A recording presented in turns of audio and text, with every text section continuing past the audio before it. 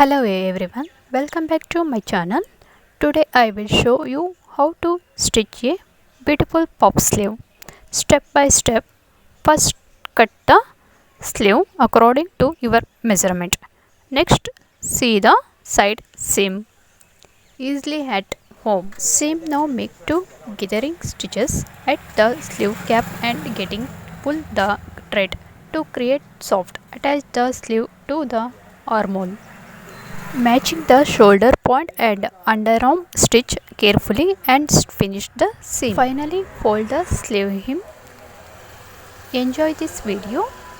Don't forget to like, share and subscribe. Like please for more blouse stitching videos. Thank you for watching, and my next video is cut piece petticoat cutting video is. Thank you all watching all.